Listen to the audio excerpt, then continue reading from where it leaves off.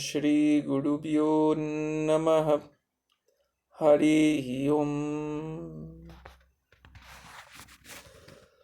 Olá pessoal, então estamos aqui mais uma vez fazendo esses vídeos no qual tem como propósito fazer com que a gente possa refletir e trazer de alguma maneira algumas indagações referentes à filosofia, particularmente o Yoga Sutra e a nossa prática de asana.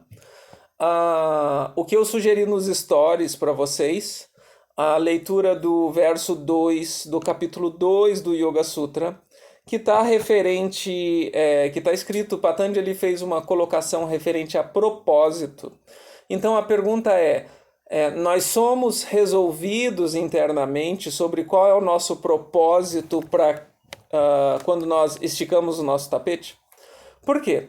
Porque quando você possui um propósito resolvido, significa que você sabe onde você quer chegar. E quando você sabe onde você quer chegar, isso te dá um norte para lidar com a sua situação presente. Como, por exemplo, se nós praticamos asanas porque nós queremos ter um corpo muito alongado ou algo do tipo, isso é um propósito. Se nós praticamos asanas porque nós procuramos saúde e bem-estar, isso é um propósito. Se nós praticamos asanas porque nós queremos utilizar do asana como uma ferramenta de libertação de questões mais internas ou até mesmo de questões espirituais, então isso é um propósito. Quando nós resolvemos qual é o nosso propósito, isso estabelece diretamente qual é a nossa relação no momento presente com a prática de asana. Então, ligando isso com o Yoga Sutra, Patanjali coloca nesse verso 2 do capítulo 2, vou ler aqui para vocês, Samadhi Bhavanartha Kleshatanu Karanartascha. O propósito é atingir o transe e diminuir o sofrimento.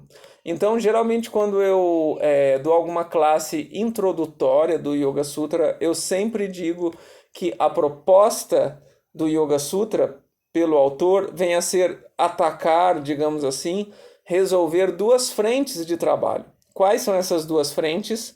Exatamente esse propósito. Diminuir o sofrimento e alcançar o transe. Aqui, essa palavra transe pode ser, digamos assim, discutida como se fosse uma elevação espiritual, ou seja, elevar a nossa consciência para um plano superior e nos aliviar do sofrimento. Então, quando nós concebemos o ritual da prática de asana como uma forma de se aliviar um pouco dos nossos sofrimentos psicológicos, emocionais e físicos, e também nos aproximar de realizações mais profundas, que seria, digamos, realizações acerca do nosso verdadeiro eu, então isso seria um propósito ideal quando nós esticamos o tapete. Bom, não é errado praticar yoga para ter saúde e bem-estar. Não é errado praticar yoga para que obtenhamos, digamos assim, um corpo esteticamente falando, dentro do que consideramos o ideal. Mas a verdadeira concepção da proposta de se praticar asana, de acordo com Patanjali, vem a ser atingir estados superiores de consciência e se aliviar de sofrimento. Quais são esses sofrimentos? Patanjali já vai falar no verso 3 o seguinte, vou ler para vocês. Avidya shmitaraga dvesha binivesha klesha. Os sofrimentos são ignorância, egoísmo, paixão, ódio e obstinação. Sendo que já o próximo verso Patanjali fala Avidya kshetram utaresham prapsupta dhanu vichino dharanam. Ignorância é o campo dos demais sofrimentos e que podem estar dormentes, diminuídos, esporádicos ou proeminentes. Nós podemos afirmar, na verdade não é que nós podemos afirmar, em outras literaturas nós também nos deparamos com esse perfil de afirmação, no sentido que a prática de yoga vem a ser o alívio do principal sofrimento nesse mundo. Todos os mestres, em diferentes linhas de pensamentos, colocam que a maior miséria, de acordo com o yoga nesse mundo, vem a ser a ignorância. Todas as doenças partem de um princípio do não conhecimento. Então, praticar yoga significa cultivar conhecimento. Praticar asana também significa cultivo de conhecimento, porém, cultivo de autoconhecimento. Num primeiro momento, um autoconhecimento acerca do seu corpo. E logo, com o passar do tempo, com a maturidade da prática, com a maturidade do método, esse autoconhecimento ele vai ganhando e acessando camadas cada vez mais internas de nós, para que nós possamos acessar lugares na qual nós vamos alcançar e experienciar o que Patanjali coloca aqui, que vem a ser o Bhavanartha Samadhi, ou seja, essa experiência do transe espiritual.